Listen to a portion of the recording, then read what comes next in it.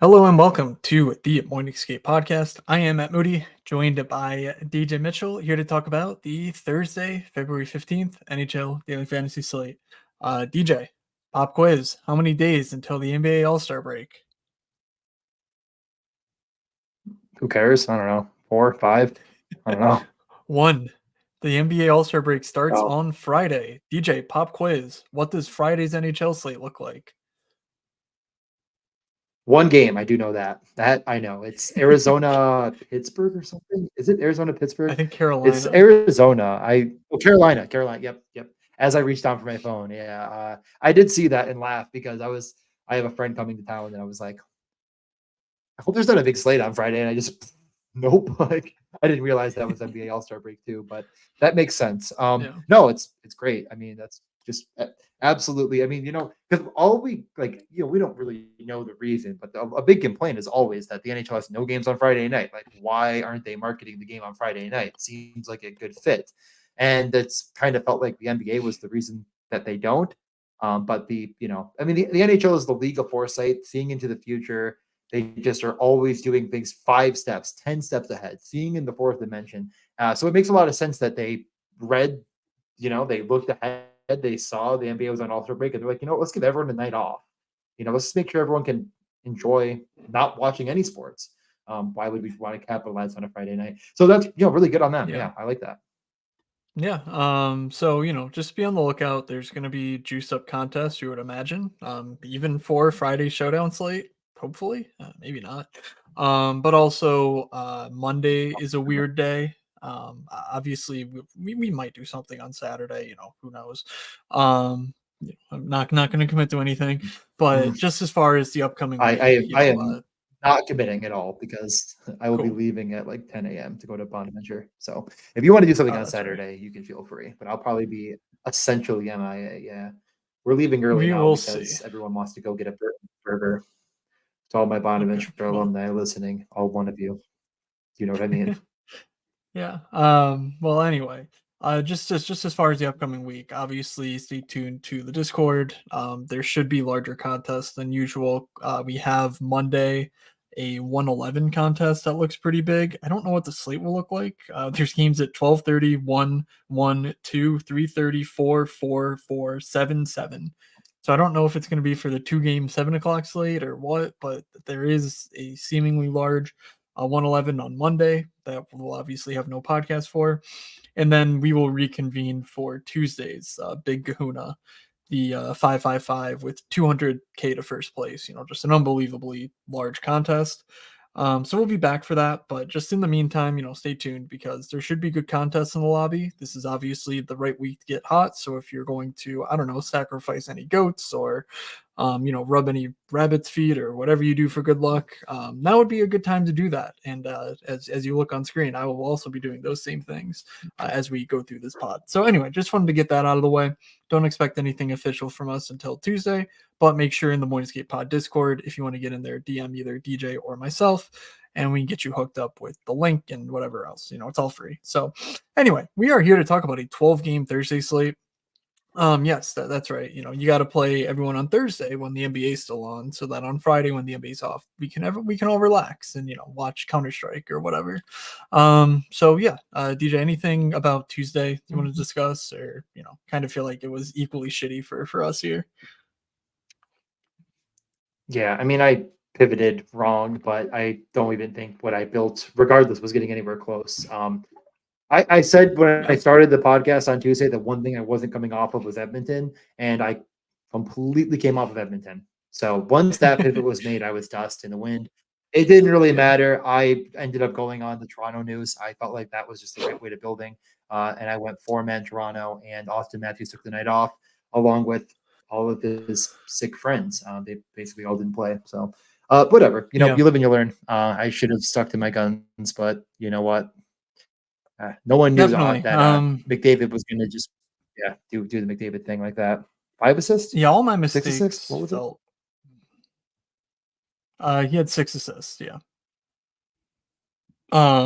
But I mean, all my mistakes felt a bit better because I was never playing Montreal. So like once they were had to have it. Now, obviously, you didn't have to have it if you played the right McDavid stuff. But just the fact that their money line literally went from like minus 150 the night before, and we were talking about how no one seemed to project the main guys for Anaheim in McTavish and Minchikov and Max Jones, and like all these guys are coming in reinforcements, and they came out and laid the stinkiest of eggs. I mean, it was just an unbelievable poor performance. But they were closed at like I think plus 100 or plus 102 or something like that. So they basically, closed the line against Montreal by like 30 points, and it didn't matter. The field jammed it and they smashed. So that is what it is. And so that's why I don't really feel too bad about, just saying, look, I got everything wrong and let's move on. So we got 12 games here on Thursday. DJ, do you want to quickly walk us through what we are looking at? Yeah. So starting off, we have Seattle at Boston. It's 5.5. Dead pick 'em 110, 110. Boston pretty big favorites minus 198. Seattle's been on the road for a while. They got the win on Tuesday against New Jersey, or I think it was New Jersey, right? The No, Islanders? not New Jersey. They played the Islanders. The Yeah. Island. I was gonna say no because New Jersey was in a good. Yeah. Montreal, as you already mentioned, world beating is at plus 215 at the Rangers, 6 over under. Florida Panthers on a road back to back go to Buffalo to beat the. I just don't even want to talk about the Sabres, but they are favored minus 148 at the Sabres. It's 6.5 over under. If you want to play the Stanley Cup champion Sabres, go right ahead. LA is at the New Jersey Devils. A lot of fun in that one. 5.5, 6.5 over under 6.5. I do like that over right now. That's probably my favorite game on the slate for overs. It's at minus 125 for the Devils. And we have Victor Arvidsson, I think, back, but we're going to get to that. The Anaheim Ducks, who took a giant dookie, as we mentioned, are plus 160 to the minus 192 Ottawa Senators. Ottawa, red hot. It's a 6.5 minus 130. Not the biggest over on the slate as far as minus 130, 6.5, but pretty close. The Sean Couturier captained Philadelphia Flyers will go to Toronto, plus 140 right now. I'm kind of considering that because Toronto has a lot of guys sick. There's concern that it could be mono. It also could be nothing, but that line could move a lot. I probably don't have the guts. I might just not do it at all. But keep an eye definitely on that game in many capacities. Next, Colorado at Tampa. I'm just totally reading off the sports book now, but I think we're pretty close. Colorado at Tampa. It's basically a pick 'em in Tampa, 6.5 minus 135. Seemed pretty steep to me, honestly, but I kind of get it with the firepower of Kucherov and McKinnon in the game. Edmonton, the McDavids minus 192 favorites on the road in St. Louis. 6.5. McDavid has, if he goes for 6 points, well, I bet it goes over. Dallas on the road in Nashville minus 130. It's plus 100, 6.5. I'll be back on Thomas Harley for a point. Max Payne can't wait. Pittsburgh on a back-to-back on the road at the Chicago Blackhawks. They're minus 218. The Blackhawks are an AHL hockey team at this point. It's 6.5 minus 122. And I don't think the Blackhawks are scoring too many goals. So better bet on Pittsburgh to score if you're going on that over. The Sharks are on a back-to-back. All the good teams are coming out. Sharks at the Flames, minus 375 on the Fighting Hyenas, the Calgary Flames. It's a 5.5 at minus 125. And finally, the Detroit Red Wings, who made Connor McDavid look like Wayne Gretzky in his prime, will be at Vancouver, minus 180 on Vancouver, minus 130 on the over-under. That's all 12 games. I tried not to go too long, but man, that's a lot of hockey. That is a lot of hockey. And speaking of hockey, it went away, DJ. It went away. Where is it on my screen? I had it up and it went away. I am so tilted. I had the perfect lead in and I just completely bungled that. God, that sucks. We know Speaking hockey of games move. a lot of hockey. There we go. Thank you.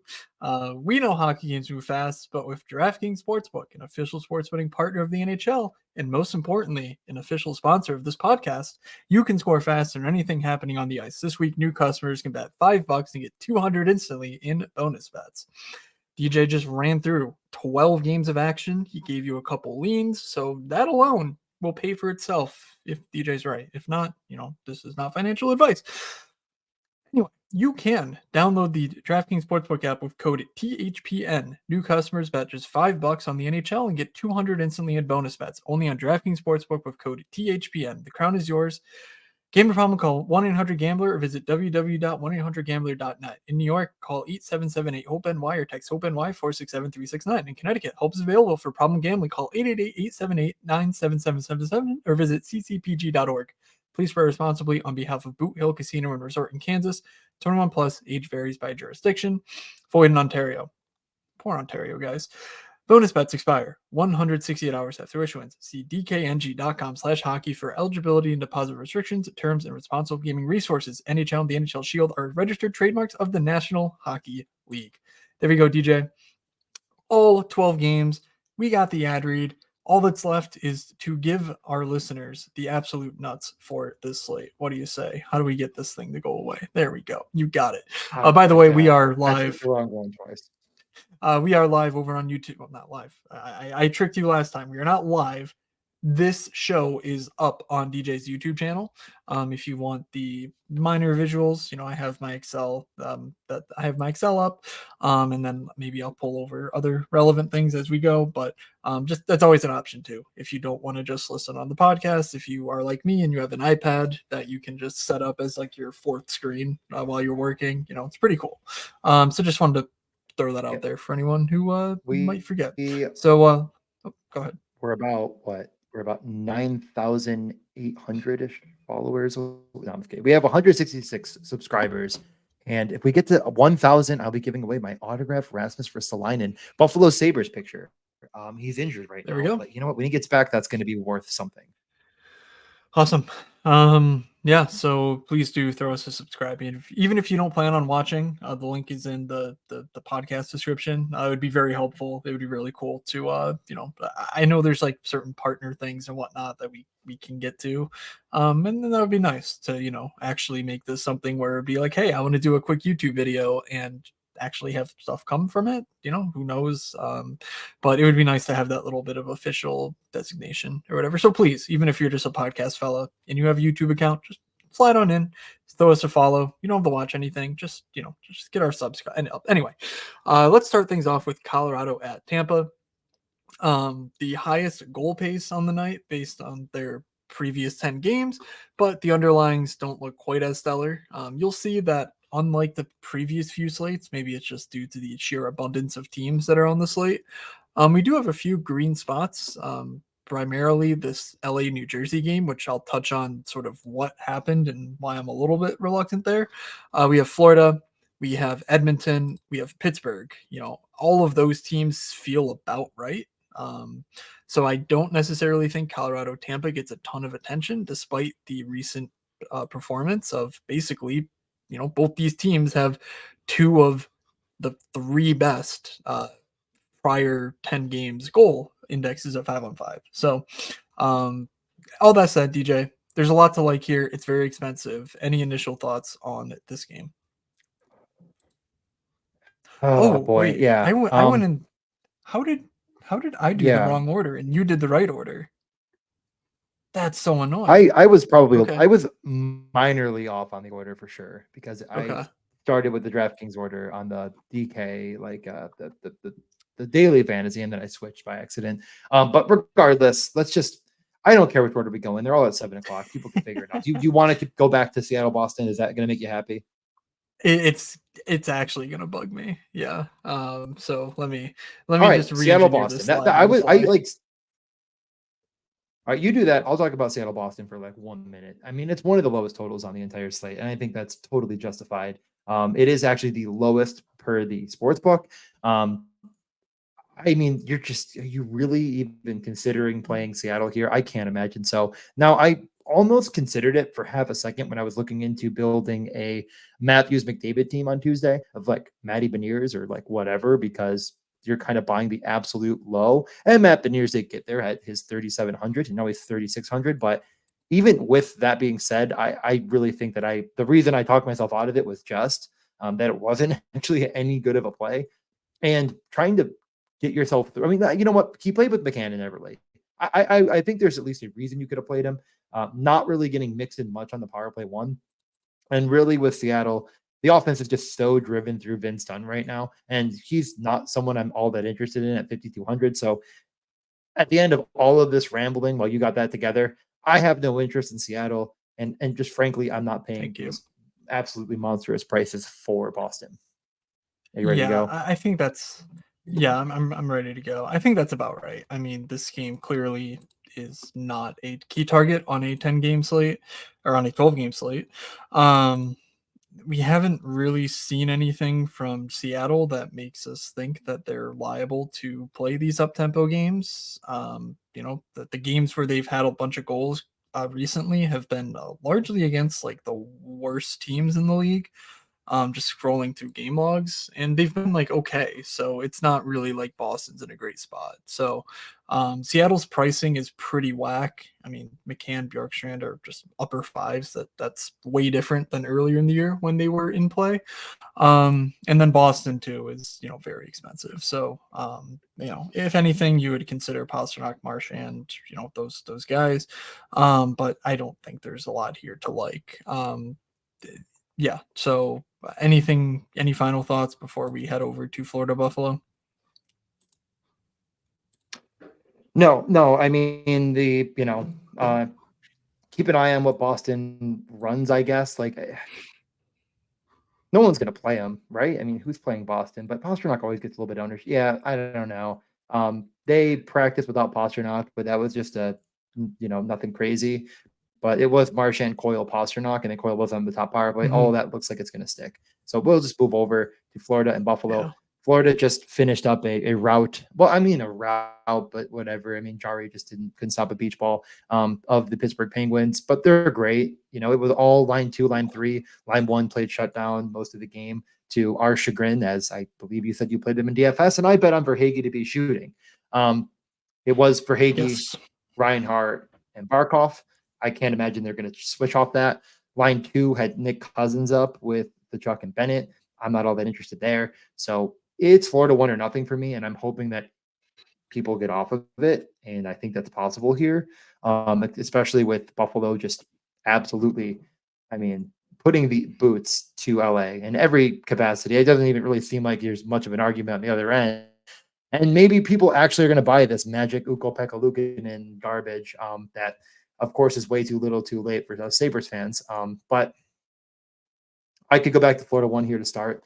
And I wanted you to tell me if I'm just being biased and angry and frustrated as a Sabres fan who has sat here for 12 years watching this team absolutely poop the bed. And then, just too little too late coming out like world beaters. So am I being a poopy pants, Yep. or is Florida actually probably a good spot in a back-to-back? No, well, I don't really think this is an environment I want to target. I don't think that Buffalo is going to be pushing to run up the score on a team like Florida. If even if they're in the position to do so, like clearly this is a team that's scraping for wins and they're riding a hot goalie right now in UPL. So I just don't see this game turning into like fireworks, and I don't see the pricing really aligning. Because we've talked about it even beyond the goaltending. The Sabres defensively haven't been terrible. It's that they can't score, and so like yeah, last game they scored a bunch, but Tage wasn't involved. Tage didn't do anything, and like are you going to bet on depth Buffalo guys on this 12 game slate? I don't really see anything that I like a whole lot. We've been keeping an eye on Zach Benson, and he finally scored last game, but like he's shown nothing as far as underlyings. So like, I guess as far as rate stats are concerned, his defensive numbers are good, but he's just not a fantasy player. And so now you're looking at guys in the 4 to 5, 6K when you consider Tage and Darlene, but you're not really getting like the bargain bin guys that I think you would want if you were going to dip into a non-premium start or to a non-premium spot on this slate. So all that to say, Samson revenge spot, never mind it. But I don't think I'll be full stacking here. Maybe just like one-offs of Reinhardt and Kachuk would be sort of my lean. Yeah. I guess here's this. Any defensive thoughts in Buffalo, because we've now seen them without Owen Power. Darlene wound up playing 22 minutes, but that's largely blowout driven. But anyone in the, there's a bunch of guys now 3K and below. Is there anyone on the blue line for Buffalo that you would go to for just a punt? Mute, unmute. Okay, sorry, I would not unmute. Okay. Okay, I was trying to pull this up, and then I was trying to make it a little bit bigger for our YouTube friends. And let's try one more thing, see if this works. Does this make it? Ah, there we go. That's much good. better. So last game for Buffalo, Middlestad as on with +5. I'm not saying to play Middlestad. Just saying that he's very, very good, getting involved, doing a lot of good things. Yoki Haru actually was tethered to Darlene and played power play 2. Yes, he did. Okay, yeah, he did. So it's kind of got to be Yoki Haru. I don't want to share my screen anymore. I don't think I'm going to click around too much. But the point being, I think it's got to be Okaharu. I'm kind of thinking that's where you were leading me to. Wanted to kind of show it too. He had the run, and he is. I thought he was minimum salary, but now I'm thinking 3,100. Okay, 3,100. He hit the blocks bonus, power play 2. Not much of a rate shooter, but not. He has a 7 in his game log against the Sharks. It's not like he's completely opposed, but that's the guy they gave the run to. Yeah, that's pretty much where I was gonna go. You can go to a Connor Clifton. He's your prototypical guy who probably just sucks, but because he sucks, he's gonna block shots. In 2,600 for what seems like a safe role in the top 4, seems cool. Maybe it's a situation where because they were leading, Ryan Johnson just wasn't gonna play, so like that's possibly part of it. I'm not sure, but that's the other guy. I think it's Clifton and Yoki Haru. If you need punts, they just are not priced for what their current role is as solidified top 4 defensemen. In a spot where they should be capable of hitting a blocks bonus for us. Let's head over to LA and New Jersey. I made reference to this, when I was talking about the Colorado Tampa game, which I bungled. But we see on the rainbow or the indexes or whatever you want to call it that this game does profile quite well from an expected goal standpoint. And arguably it's tied with that Colorado Tampa game for goals, but that's largely driven by LA giving up a touchdown to the Sabres last game. It's 10 games, but clearly LA's been rather unlucky in net defensively, so on and so forth. So all that to say, this game looks like a really good spot. What's driving me a little bit crazy is that this reacted so quickly to the New Jersey game in Nashville. I mean, they absolutely had a just it was an unbelievable game against Nashville. They had 85 shot attempts per 60 minutes in that game. They had 5 expected goals in that game. So it's just one of those things where it's a one game thing where yes, they have Jack Hughes and they have Nico Hischier. There's some wild stat about how in 19 games they've lost 4 of them when both those dudes are in the lineup. But it's still this team was looking terrible 2 games ago. And then you plug in, a back-to-back set from Monday, Tuesday, and all of a sudden they're the best spot on the slate. I don't know that I buy it. I sort of am buying a bounce back from LA as well. So I don't know. I'm a little bit concerned with just blindly following the sheet here, DJ.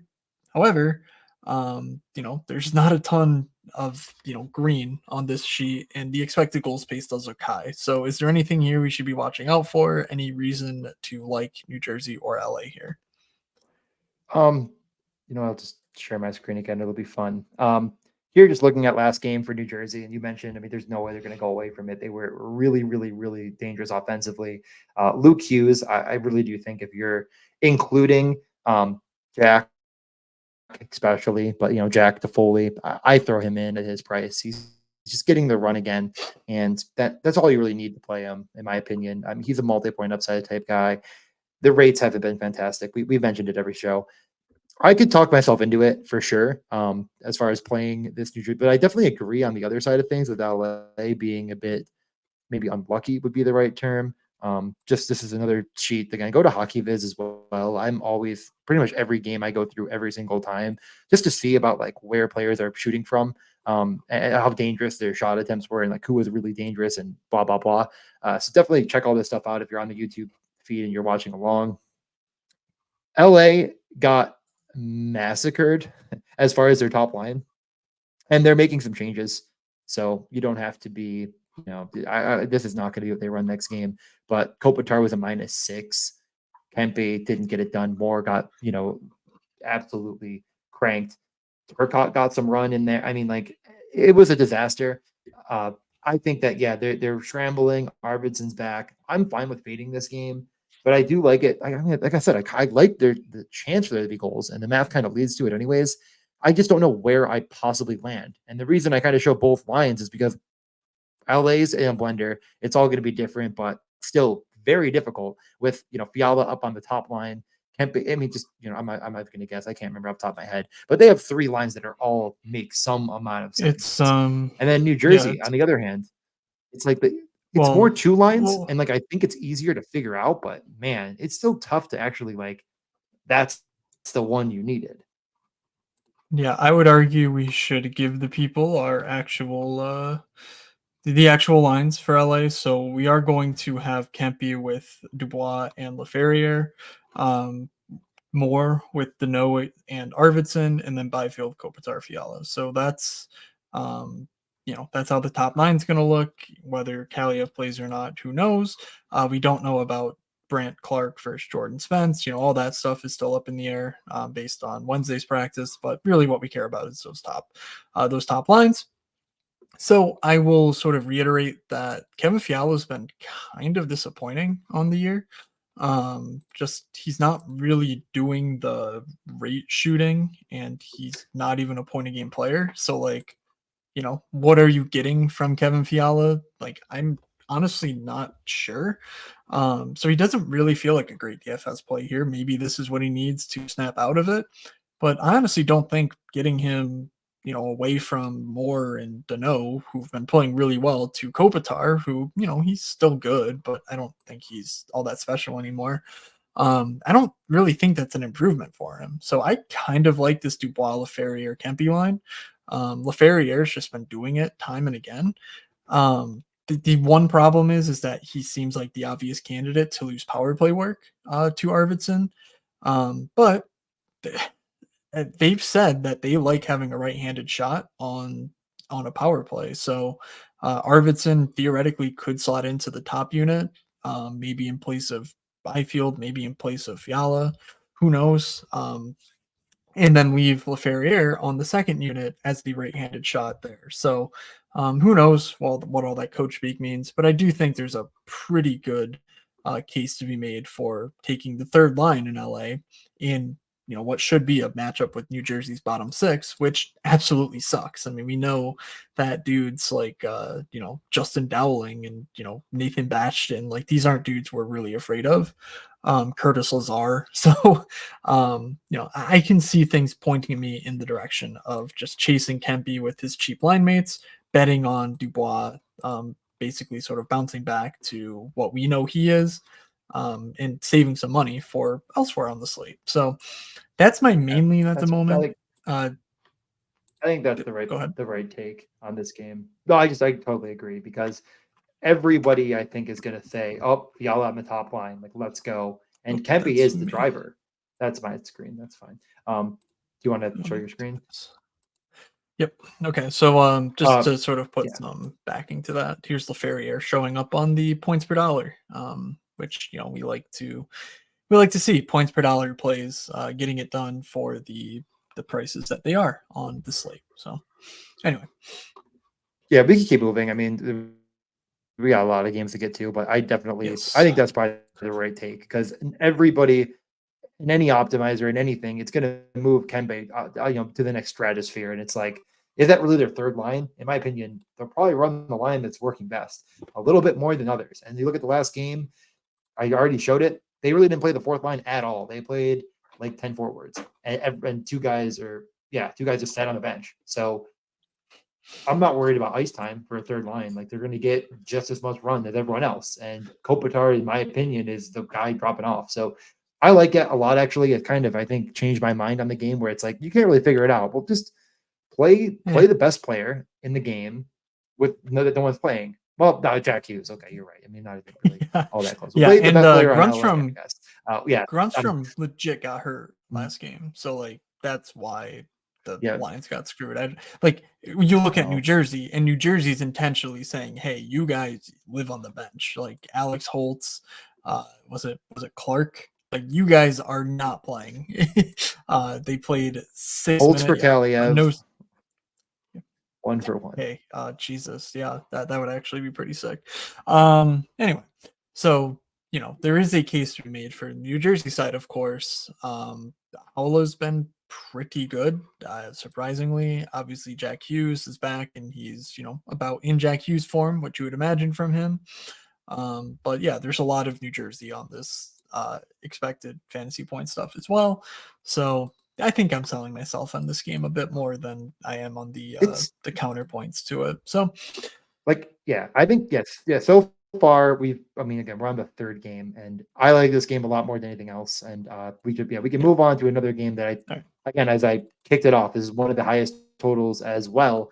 The Anaheim Ducks at the Ottawa Senators. So why don't we get over there and we'll just go over Anaheim for a minute. I mean, I for good reason. And again, it's like, what is your biggest advantage when you play DFS? There's only so many things and tools and ideas that you can actually use. And lastly, to be completely honest, I know it didn't work out at all, but Anaheim was an edge because the daily face off and all that stuff did not have them even close to correct, meaning that most optimizers, I assume, were not feeding in the right information. And we were getting Yep. McTavish for Toronto Terry, I still believe, coming in at very, very, very low ownership in what was a great spot.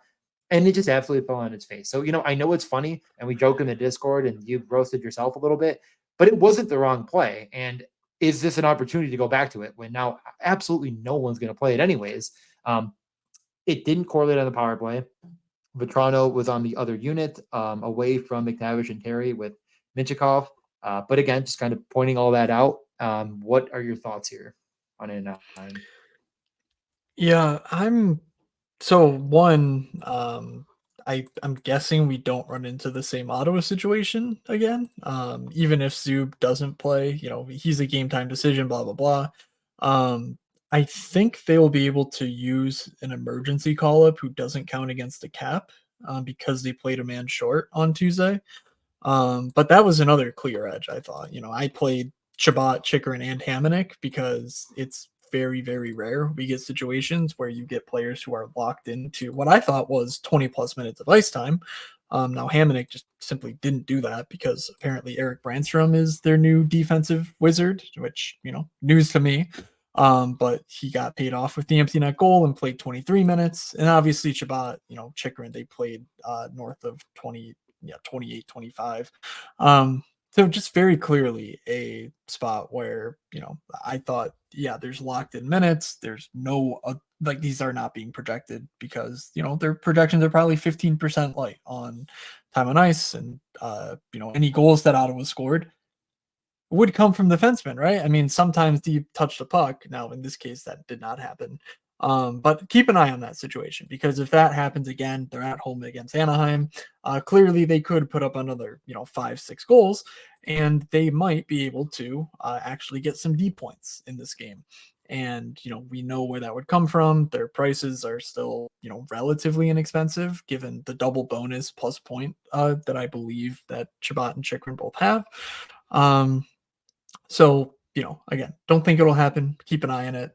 If everything's normal in this game, I think I'm out. Like, Brady Kachuk, pretty good, but are people going to chase Lastly against Anaheim, who got absolutely nuked by Montreal? I would guess so. And on a 12-game slate, I just don't really feel good about, going all in on an Ottawa team who hasn't really been all that impressive. You look at their 5-on-5 stuff and it's like, yeah, it's fine, but certainly not anything I want to play into ownership with so many other fun options on the slate. Yeah, I love what you said about the double bonus plus point upside for the defenseman, as if we bet that and it worked perfectly. Yeah, Ottawa scored 6 on an expected 3. They give up 5 expected goals against it in Columbus side of things. So again, that it's a 1 game sample size, but I think in this scenario, I can convince myself to go to Anaheim at 0% ownership, more so than going right back to the Ottawa well. And I'm not sure if I'm saying I'm throwing it away because of Artem Zub, but I do think that is a guy that is actually good defensively. So it changes things a little bit. I'm getting a little bit bold on this game though myself, and I'm considering Anaheim. I think Okay. all this Ottawa stuff is going to run its course, and it's still a bad team, and that's going to show their head. Yeah. It should have against Columbus. Like they definitely did not deserve to win 6-3. Probably, closer to like a 4-4, go overtime type game. Ton of pace, ton of offense. It could happen again, and I would rather be on the right side. Um, if I'm going to go, so hopefully, if you're going to go with this game, which I do like, but everyone's going to go with the Ottawa side with the minus Yeah. 192. And I really don't think For the stuff Anna, is all that bad. Are you ready? Oh, sorry, what? For Anaheim, I was Hello? watching rather closely the usage of Minchikov. It just wasn't there. He only played 16 minutes in his return from injury. So while he's on the power play with the fun guys, I don't really think 3,400 is like a standout can't miss it price. I think he has upside, but I don't necessarily think he has the rate stats to warrant the limited minutes. So that's something that we've noted, but I'm not really tracking here. So let's go on to Montreal versus the Rangers. The Rangers rolled out some stupid power play units. They went right back to the normal power play though after 1 game. So I have no clue what they're doing there, but I guess they think it worked because they beat Calgary 2-0. So good job. It served its purpose. Now we're back to the good players doing the good things on the power play. So anything for you on this game? I mean, I'm definitely not playing Montreal. I missed it. I don't think they're going to go out against the Rangers and produce even nearly, at the rate. I mean, that's Devils. Jesus, sorry, Rangers fans. The Rangers have figured it out. I think largely defensively, and most of their problems have just been goaltending, which is shocking. So again, if you want to bet on goaltending failing in New York, be my guest. I don't bet that way. I don't play DFS that way. So I'm going to be fading Montreal. I don't think we need to go over the players. We've gone over it 100 times that Slavkovsky is basically a must. He absolutely nuked with Caulfield and Suzuki. If you want to play it, be my guest. But again, I'm not going to. Anything on Montreal before we talk about the Rangers? You already kind of touched on it, If but Yeah, I mean, if you need full on punts, Alex Newhook, I think, has to be yeah. in consideration.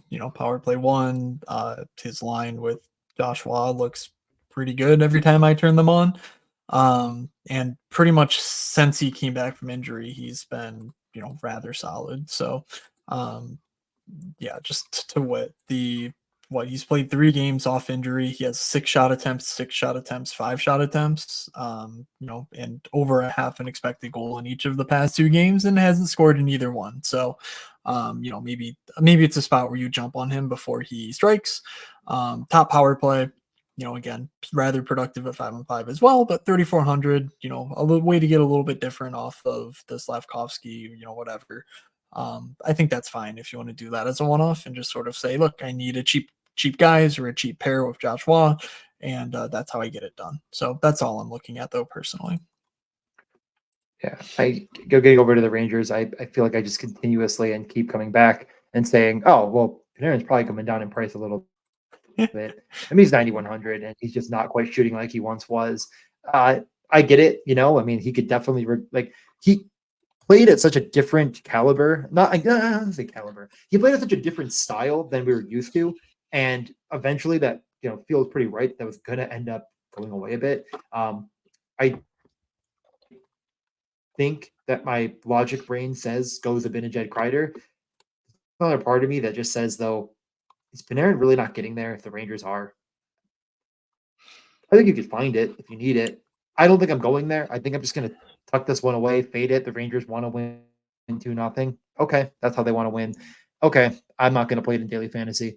But there is at least a piece of me that thinks if you not bullish on the Montreal Canadiens, which we're not, why not maybe take a stab on Panarin when no one's probably going to play him? The rates have come, like I said, I mean, everything I'm leading to is his price should be lower Yeah. than it is.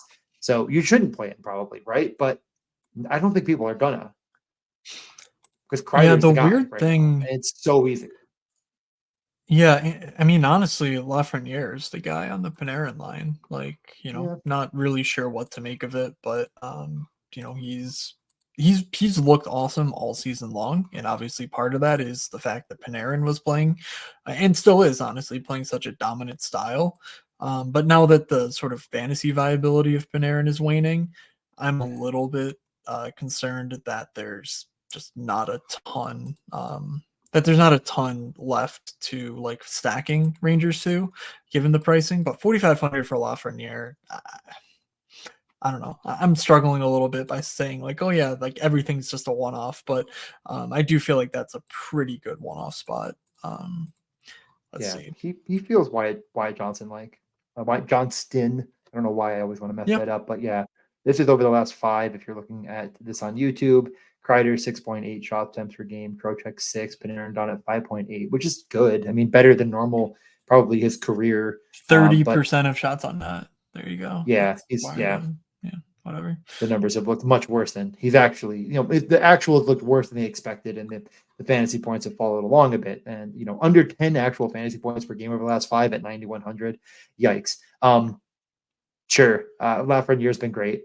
Everything we're saying, I think, is like all relevant. At the end of the day, I don't think I'm clicking the buttons on New York Rangers, and that's my takeaway here. Anything you want to add, or just let's move it on? Nope. Finally, we get Yeah. to Colorado, Tampa, where I gave the wonderful intro of saying, "Oh yeah, there's some other spots on this slate, and everyone's expensive here." Well, guess what? We've gone through a bunch of spots. We have a few options, I guess, but not really a ton. I did the same thing again. Where, yep, there's my sheet. So yeah, we're looking at Colorado, Tampa. Not a ton to like by the expected goals, but there's a lot to like by the actual goals. We are in the business of liking actual fantasy points rather than expected fantasy points. I cannot believe that we are suckered in by things like leverage and expected fantasy points, and sometimes you just got to jam your fist on the table and say, nope, these are the goddamn alphas. And so with that in mind, maybe this is a Kucherov slate. I mean, the dude is unbelievably hot. Like, I've been complaining that his shot attempts are down, but at some point, when you are on a absolute god run of putting up double-digit fantasy point games, you got to take notice. And here comes the McKinnon-led Avalanche. They just gave up 3 to Washington, and I thought they were allergic to scoring. Now they scored 6 themselves, so this game does have some cannon fodder potential, but it does strike me as one of the spots where Tampa is just going to be egregiously low. Steven Stamkos' price remains below 7,000. Braden Point 7,100. These are slightly lower than we've been getting them, and we're still getting Victor Hedman, 30-minute performances. At 6,100. So we know exactly what's going to happen if Tampa scores 4, if Tampa scores 5, and doesn't seem too far fetched to be like, yeah, just this is my night. Take my money. Kucherov going to make his run at the Art Ross. Make sure that McKinnon can't beat him, and also that McDavid, who's now catching him, can't get him. And I do fundamentally believe that will be something that Tampa focuses on. So empty net situations, yada yada. I do believe that Kucherov will be just intricately involved with their offense. Just by way of force because of this chase that he's currently on. So, a lot of narrative-y stuff, but just love Nikita Kucherov. And I feel like it's been a long time since I really went to the table for him. And, he's done nothing in his recent performances to really deserve that. So just here's a little bit of love for Nikita Kucherov, one of the GOATs out there. Sure. Yeah, we'll just take a peek at the last game just to, if you're looking along. 30 minutes for Hedman. You were not exaggerating. That is correct. Not that I didn't think you were lying. I just wanted to point it out. The run went to the top 6. The third line had a couple defensive guys like Glendening get some run, but Kucherov at 24 minutes. I mean, it just doesn't take a rocket scientist to see where this offense should be coming from. And it just didn't happen last game against Boston. It's going to happen from time to time where you win a game 3-2 in a shootout and Chernak and Hagel score. But I totally agree with you. I am very, very interested in this game overall. And I think I do side with going with Tampa. And it's a similar kind of situation when you think about it, where on one hand, we're saying we know where the offense comes from. I think on the other side of the coin, we definitely do as well. Colorado's changed things around, moved things around a little bit more. I definitely am keeping an eye on a guy like Arturi Lehkonen as he gets reacclimated into the lineup and it continues to get more and more run. I know he had a really nice assist in that game. People were talking about, but I'm not. I'm actually just pulling it up right now. Did I you thought he see had how more run. many? Oh, yeah. What? Did you click on Lehkonen? Like, do you know what Lehkonen did last slate? 18 minutes power play one. Didn't he had 2 goals and an assist? Oh my God, it was all line 2, wasn't it? He had 2 goals, 2 assists, 5 shots, 41 DraftKings points. On line 2. I didn't even realize it was. I just saw the assist. He's the setup on the power play. I'm pretty sure it was. It was a really nice little pass, and I didn't know he scored 2. I thought someone else did something, but remember Ryan Johansson when he was like top power play, and now he got freaking 10 minutes. Yeek. Yeah.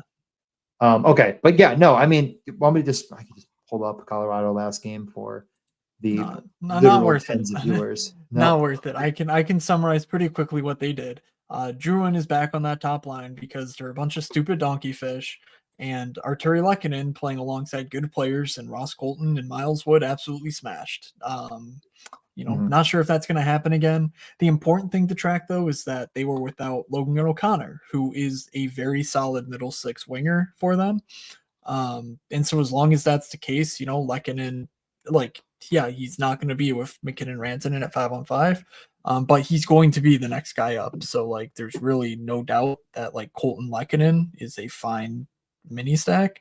I don't think I'm chasing that here, but I do think a Lehkonen one-off, especially in something like a Kucherov stack, makes a lot of sense. Just saying a lot of power plays. Hey, easy way to get a game script there for you. But I don't think we're interested in guys like Zach Parise or, anything cheaper. So really, you can play Rantanen. He's drifting downward in price, 8,200. It's been a while since we've seen him that low. It's been since December 16th. We've seen him at 8K. So, the 8,200, not that bad.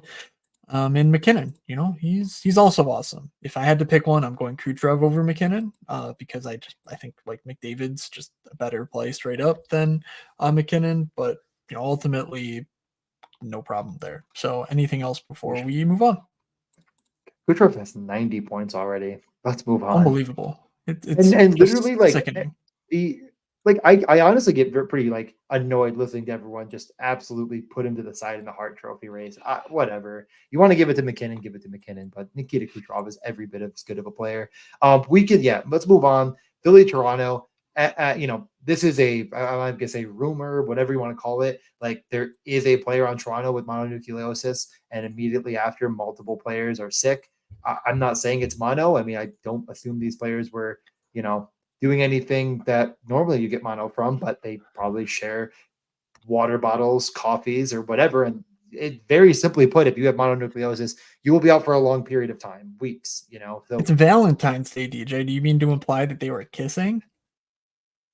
I would not do that personally, but I did see that on Twitter and I did chuckle that they're it's all this vague sickness. And it's didn't the one guy just have mono, I think Timmins? And it's but no, I mean, it probably is literally, I have a cold right now. It could be whatever, right? But, just keep an eye on it. I mean, it might seem like all these guys are going to be back tomorrow and they might not be. We've seen players miss multiple games for being sick. So that's Nylander now added to that mix. Nylander, Marner, and Tavares, who are day to day with the sickness. So I don't even know if this game's all that worth discussing on the Toronto side.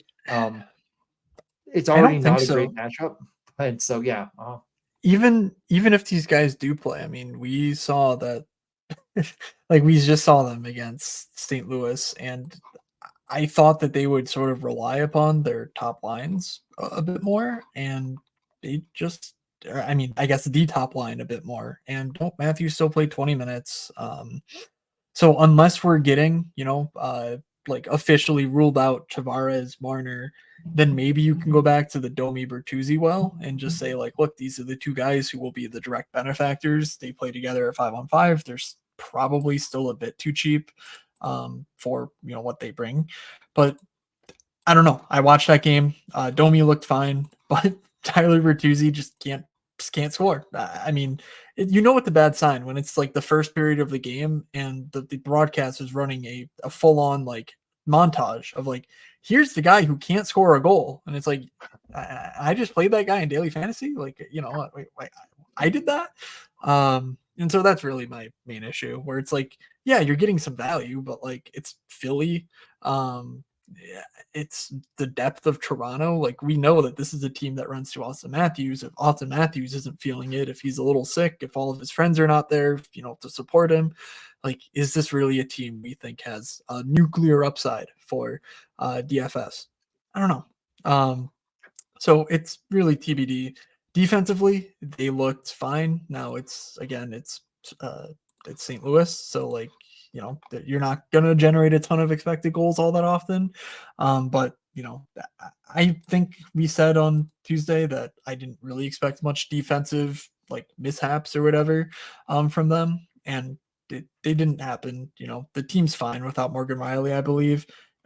They have competent defensive players. Like the entire narrative around the Leafs is so warped in that everyone thinks they're score, score, score. It's like, no, they have a bunch of guys who are really good at scoring and defense, and then everyone else is really good at defense. And it's like, well, you need a goal sometimes from these dudes. And so I just don't think there's any merit to Philly. Owen Tippett's been unbelievably popular. His price hasn't risen. I don't think he'll be popular here, but I do think he'll be owned enough to where it's just like, yeah, it's just not worth it. It's still Toronto. It's still a gross matchup. So I'm just not interested. But Sean Couturier, narrative. Okay. Any interest there? I'll say two things. Number one, if everyone is out for Toronto, I am looking at Nick Robertson and praying that he's on the top power play, and I might give him a second look. And Why would we two, assume that? because I like to make assumptions. I I guess don't I know if guess he goes in for sorry, you're right. Nylander. If Nylander's out, sure, I get that. Yep, sorry, that's my Yeah. bad. I was like, Okay. because we Yeah. know that last game it Okay. was Domi to our Bertuzzi. So okay. Yeah. Yeah. It was Domi, Bertuzzi, McCabe. I guess we should have just said it. Matthews and Nylander last game. But again, if Nylander comes out, I think it'd be Nick Robertson that steps in, or maybe it's McMahon because he had a hat trick. I don't know. Who's to say?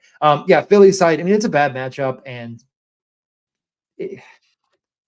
I agree. Honestly, I think you already summed it up perfectly. The price is fine, but I think it's going to be more popular than it should be based on Morgan Riley, who is a great player, but I don't think that is like removing Morgan Riley is not making this team, you know, like what percentage worse in a one game sample size? Like you factor in all that garbage, try to use all the math that I'm not going to really even attempt. And I think at the end of the day, you're left with Toronto's still a really good team, and this is not a great spot for Philly. So I'll let other people make that change if they'd like to. Philly is cheap enough to consider. Jamie Drysdale was on the top power play. He scored. He had 17 minutes. I don't know. It is what it is. I don't play defense roulette with Philly anymore. Yeah. If they go confirmed 12-6, then you can consider it, but I'm not really interested in any case. Without like just saying, oh well, it's fine, it's like a one off or whatever. So one interesting note is that the Brody Liljegren pairing played primarily with Austin Matthews last game. That's obviously Morgan Riley's role. Liljegren does get secondary power play time. Obviously, Jake McCabe got the top unit run.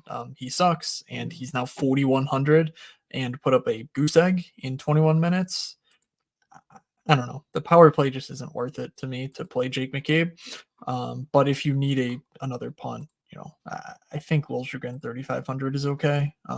He's a good player, and he'll be on the ice more with Austin Matthews, which is if last game is anything to base it on as we try to react to the Morgan Riley suspension. All right, Dallas, Nashville. Yeah, Robertson, Pavelski, Hintz, Harley, Yep. Heiskanen, just I'm just gonna fall asleep muttering those words, and either I'll play it and they will do nothing, or I won't play it and that 5-man unit will nuke. So, DJ, any thoughts on this matchup? You're looking at my first top stack of the night. I'm gonna spoil the surprise right now. That's my screen again. You really don't get it. I really do plan on playing Dallas, and I do again. Like the you already told us that these numbers, well, grain of salt here. Nashville got cranked by the Devils as far as giving up fantasy output last game, and it could have been a lot worse than it was. But I think that Nashville is just not very good defensively up and down this roster. And B, I think that this Dallas team is just as good, if not better, than. I mean, not they don't have a Jack Hughes, but I think Jason Robertson at 6K is just still continues to be a incredibly good price to jump on. So I think I'm in on it. Just going J Rob with one or both defensemen and probably Hints. I could consider Pavelski as well, though. I mean, I'm not going to talk myself off of it on that top line. I know I'm bitter about it, but he's a great play. And in that mix, I think he's a totally justified play. If you're going to go all five, of course, I'd throw him in because that's how you get to five. If you're only going to go with like three for whatever reason, do I like him more than Hints? I don't know. But you can definitely play around with that build and those five guys. And that's what I'm going to be doing. That's my starting block for the slate. Yeah, I mean, I have no qualms with that. I've wanted to jump on this.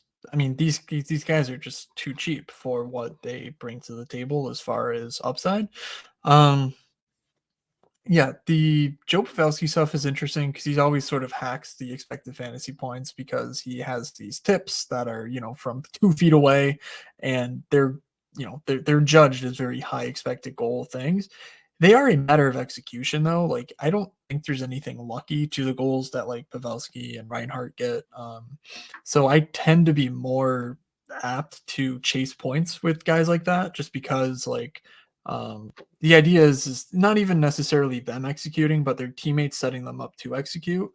And so the last couple games, we haven't really seen those high expected goal opportunities from Pavelski. I don't know if that means anything, but he's back on that top line.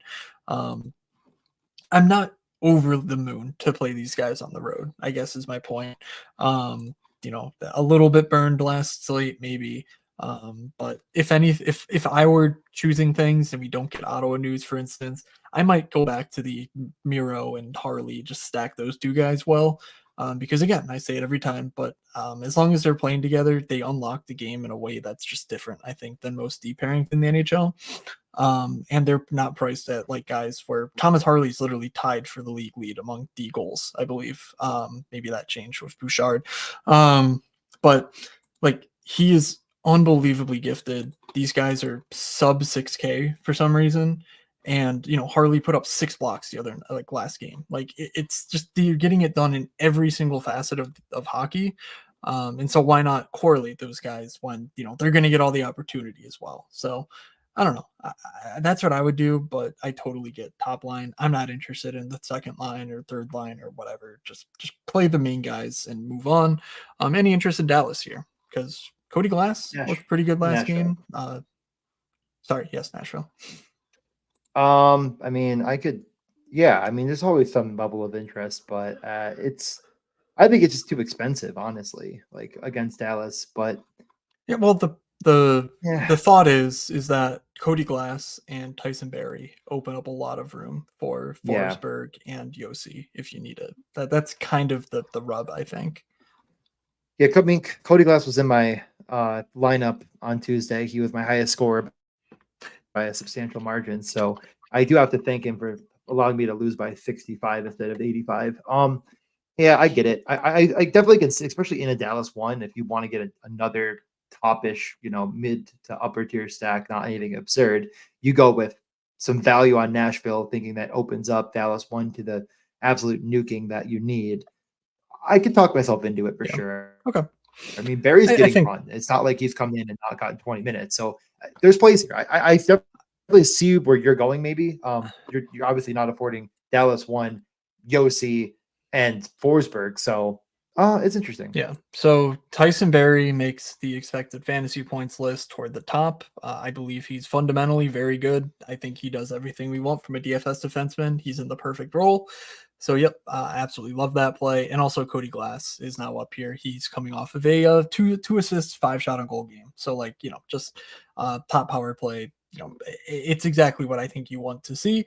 But keep an eye out because they did end up losing, and they could change things coming off a loss. So that's the one thing to be wary of. And even mid-game changes, if things start slowly, that could be dangerous. All right, let's go to Edmonton, St. Louis. Yeah, I mean, we know Edmonton is McDavid, so yeah, McDavid. They changed their lines midway through the third though last game, right? I mean, McDavid assisted on an Evander Kane goal. I don't really Yeah, know it what was was. going on, honestly. I think Kane and RNH flipped, and then Holloway and RNH flipped again. I would just keep an eye on it. I mean, just whatever. I mean, the bottom six is gone to the completely out of our. Or there's 2 Lions that is probably the top one. Yeah, I don't know if you're gonna play McDavid, you're gonna play McDavid with his line mates. Their beat reporters have actually been somewhat on that. Keep an eye on it. Nope. Morning skate. Sorry, I misspoke. It was RNH McDavid Hyman still, and then Yeah, I thought so. Vogel got demoted to the 4th line. Perry got demoted to the 3rd line. Gagne up to the 3rd, and Holloway up to the 2nd. So, Dylan Holloway, come on down. Let's Can I try do it that to again. myself? It'll work this time. He's Yeah, so no, good. okay, yeah, and they're gonna play him. They're gonna play him so many minutes. I can't wait to watch it. They're Yep, gonna that's the problem. like he just hit the peak at 13.3. I Like, hate it got to here. be one of his highest on the entire seasons. No, 15. Definitely. He had 15 one game, and every other game he has like 9. So if you want to do it to yourself, it's minimum salary. You can do it to yourself. He's a really good player. He might be playing with Leon Draisaitl for the first 5 shifts of the game. Enjoy that. Enjoy those 5 shifts. It's going to be a great time. You're going to be like, I win. And then he's going to go right to the back of the bench and sit there for no reason whatsoever. Yeah, this game is really already summarized, though. If you're playing the St. Louis Blues, I think you've lost the plot. It's a terrific matchup. Your sheet's on the thing right now.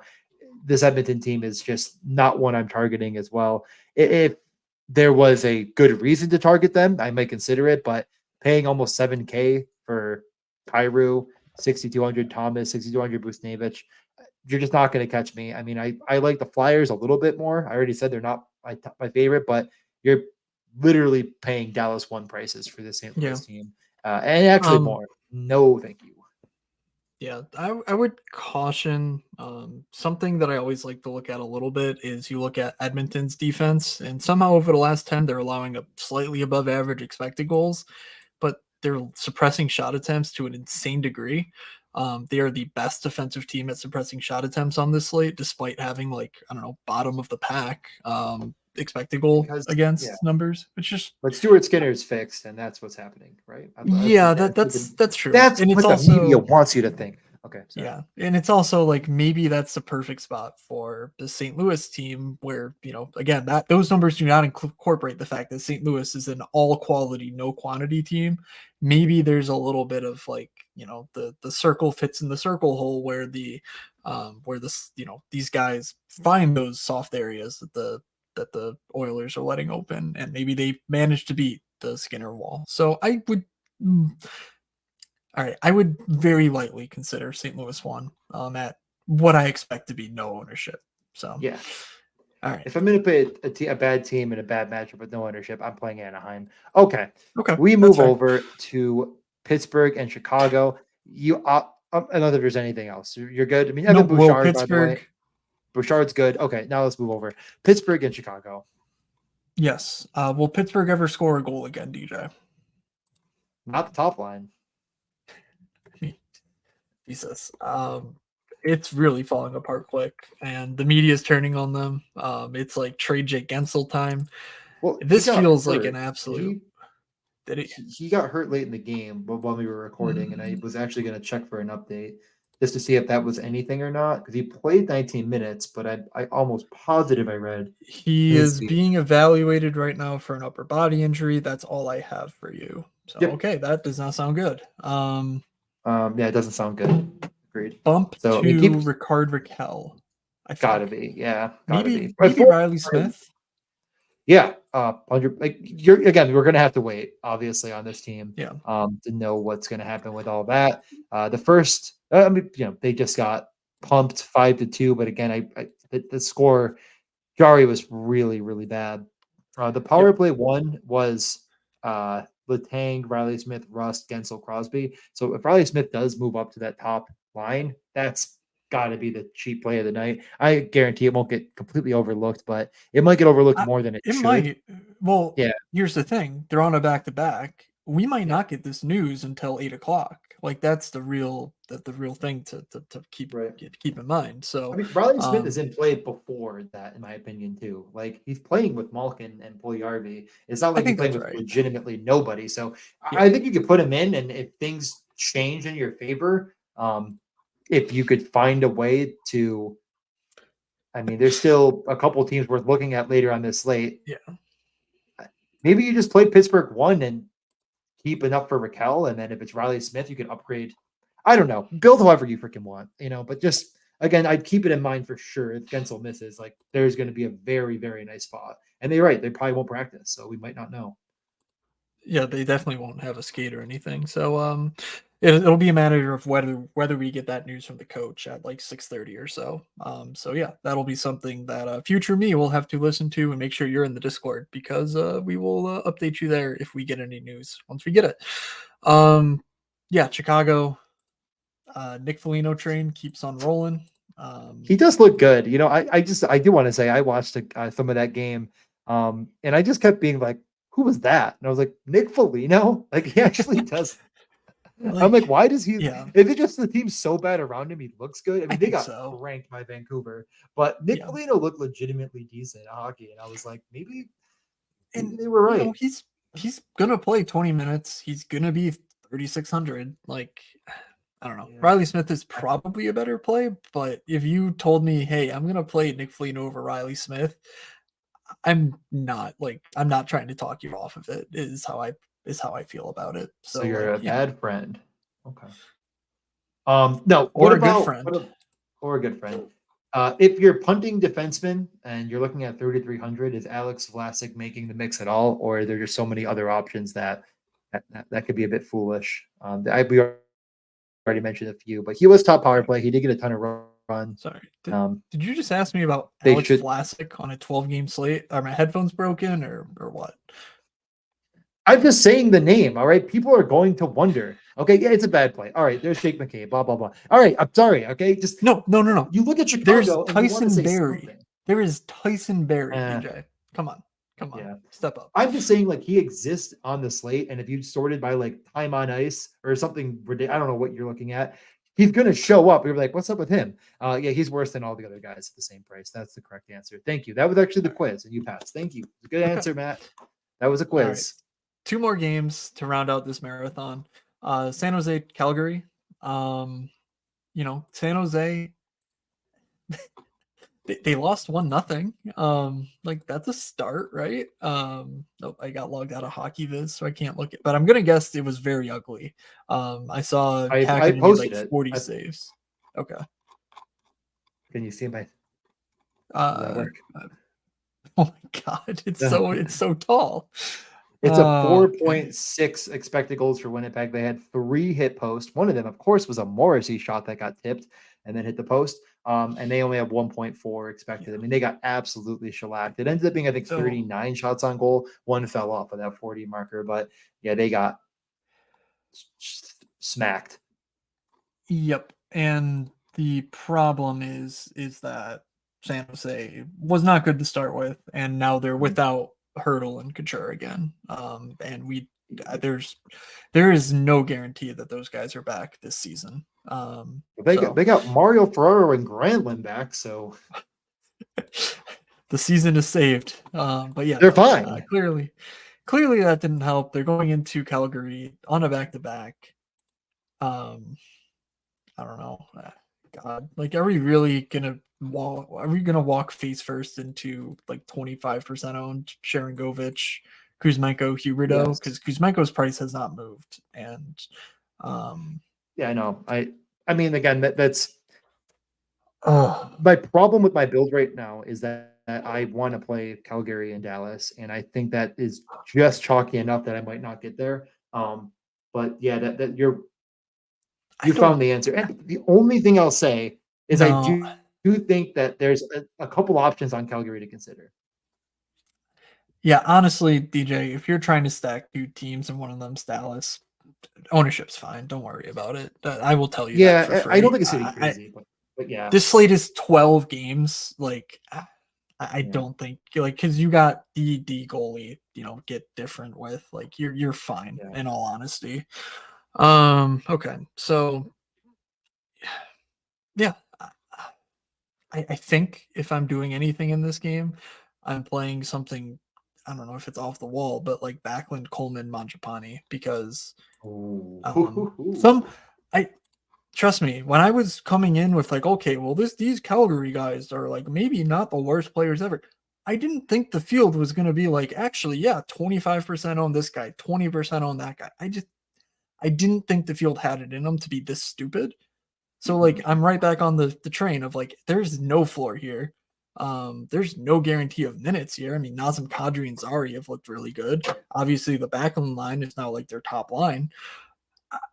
If this line gets any sort of ownership, like you cannot play it. Like, and this is going to be the Montreal thing where I'm looking and like, wow, how did I lose? Oh yeah, 28% owned. Kuzmenko scored a hat trick. Fine, whatever. I'll lose. Um, but I do think that Coleman at 5,800 is going to keep people away, and he's I think the best play on this team right now. Manjapani is cheap enough to offset that cost. He's been awesome as of late, getting tons of shots on goal, tons of ice time. I think he's one of the main benefactors from no Lindholm. And Michael Backlund is, he's there, but he's going to be involved if that line smashes. This isn't a spot where, oh, well, they all get it done on the power play. Like, no, this is going to be a 5-on-5 thing. Um, and yeah, I think that line could all shot bonus easily. You have D men to work in if you want to. Like, it's not great, but if this team scores 5 goals, that's where I want to go on Calgary. Well, first and foremost, I respect your bravery. I love the everything you said, other than the fact that you picked the wrong line. It's the Kadri Zari, and Oh, I okay. mean, I will allow you to waver on defense. I mean, I just continue to want to play Noah Hannafin with the run and the top power play role. I could be convinced to go with Uyghur or Rasmus Anderson, or even fade them all, and just say like I'm playing Heiskanen and Harley, like I kind of mentioned before. But yeah, I think I'm going with the Kadri well on this one. I get that you might want to play fancy, worse Trevor Moore at a I think a higher price or slightly lower price. I think is about the same for Blake Coleman. That's fun, but I think myself I'm going to go with the player that's actually good in Nazem Kadri, the player that is I think their best offensive driver. Um, and I think Zari is actually coming on. 18 minutes. He was out there for like all the 5-on-5 run finally with Kadri. Power play too, but that's with Blake Coleman. So he's already got an assist locked up. Yeah, I mean, I know the rates are bad, but 3,200 for Connor Zari, I think he's every bit worthy of a higher price as the minutes and run go up. And I think if you're betting on Kadri, it's kind of a condition. So it might only be a Okay. two-man. And then Pospisil is 2,600. He's on that line as well, but I don't know. I don't know if I'm going to play Martin Pospisil personally. I tried it once. You don't want to do that. Yeah. All right. So yeah, clear Calgary chalk spot. No qualms there. And San it'll Jose be is the a big bad. And it'll be the Sharangovich, Kuzmenko, Huberdeau line. I mean, all power play one Of course. correlated, 100%. So just keep it. It's not a bad play. We're just saying it's ultra chalk. And we can move over to the final, Detroit, Vancouver. I kind of myself am throwing this game directly into the dumpster can. I don't know if you're sharing that sentiment or not. Vancouver, Yeah. this game just doesn't really do it for me, but these teams are finding ways to score, and the total is 6.5 minus 130. So I Yeah, don't like here's it, but yeah. here's the good news. Niels Hoglander scored in his third straight game and is playing alongside good players like Elias Lindholm and Elias Pettersson. Linto I made that all guess, happen. It was beautiful. and the bad news? It's his third straight game of playing 10 minutes. I mean, just criminal. Like Tocchet should be It's fired into the sun. It's just the same shit, different team. And so yeah, three-way trade. Hoglander, Kaliev, and Holtz. holy Everyone gets to shit. pick which player they want, and All everyone right. gets to say that they have to play them at least 14 minutes a night. You know what? Let's make it 4. Wallstrom, welcome into the trade. You're coming out of the island finally. I mean, it really is unbelievable. Like 5 shots in 10 minutes. I have no idea what they could. Like, I watched the majority of that game. I Mhm. want to know. Like, I want Tocchet to tell me. Next time I see him, I'm going to ask him. Like, what Please did you do. see that made you keep Hoglander on the bench? I mean, is it just they get the lead and they're like, nah, he doesn't want to play deep? I don't know. I don't know anything. I don't know anything. Yeah, I no, only care about it's fantasy. they get the lead and it's like, well, I mean, we need to play Ilya Mikheyev more because, he's gonna kill the game off. Like, I don't know. What? It's just I don't get it. I'll never get it. Like, why I not just just keep I scoring just goals? I just hate this team. Like Vancouver they just suck and they keep winning. Like it just God. You know what I mean? All right. I like teams Um that suck and keep losing. Myself, that's more of other way. yeah, we're More yeah, my we're Sabres fans. Yeah. Okay. All right. suck and lose. Don't suck and Yeah, wait. it's all about the draft. It's not about the playoffs. You want to talk about teams that suck and keep winning? Have you No, heard of the Detroit let's Red Wings? let's do top stacks. I think it's even funnier to just not talk about them at all. That's a good point. Patrick Kane's back, right? They Yeah. exist. Okay, we're good. Remember when they Moving somehow on. scored 3 goals on Edmonton and got absolutely clowned anyway? That was fun. Didn't they get 4? Yeah, they got 4. You said 3. I did not know they had 4. They had Yeah, 4. scored at the end too. Yeah, it was. Oh my god. Whatever. Detroit is a team. Their top power play was Sider, Sprong. Oh wait, nope. That's the second power play. I guess it scored twice because Dylan Sprong's out. Daniel Sprong is out there. Daniel You got Sprong, all the Sider, hits. All right. Polino, DeBrincat, and the second unit has Larkin on it. Okay, we're good. The team's Great. just a joke. Top stacks. I already said them. Kadri, Zari, Hannafin, maybe not. And then Dallas, I might end up taking that one spot and doing the full Pavelski, Robertson hints with Harley and or Heiskanen. So Okay. that's kind of Sorry, what what I'm was the first one? I was busy uh thinking. Kadri, Zari. Cool. All right. I'm gonna go back to the LA third line. I mean, Kempe Please. is going to bounce out of whatever the hell is going on with him. He's shooting a ton still. I will not quit on Pierre-Luc Dubois. I think he's legitimately a good. I think he's the exact sort of DFS player that we want. A guy who goes to the net, a guy who shoots, a guy who can pass really well. And I don't think the role is going to disappear for him either. I mean, this line has the capability of being one of their go-to offensive lines, with the no being the shutdown line. So, I like that line in any sort of game environment. I'm keeping a close eye to see if we get power play news. If Laferrier's off the second power play, then I'm a bit less interested. But I do think we're getting 3 power play guys. They're all too cheap in my opinion, and they're in a sneaky good matchup here with the bottom 6 of the Devils. So that would be my first stack, and my second one. We're pounding our fists on the table for Nikita Kucherov. It's your time, kid. Go get that Art Ross trophy. We're all rooting for you. Guaranteed goals. Here at the Morning Skate Podcast, we support. Do you want to start and take Blake Coleman? Because I feel like I kind of left that for you if you wanted it, and I wanted to mention it because I didn't want to get going until I let you have a chance. I don't think it's wrong. I'll say that. I just wanted to know if you actually wanted to do it. I had not looked at the board yet, and I'm scared and how right you are that is just the absolute stones. So let's do that. Blake Coleman, guaranteed goal here. Just what a stupid slate. Yeah, it's miserable. I am gonna go with Riley Smith regardless. I mean, he's on that top power play. He's playing with Malkin. He's playing against Chicago.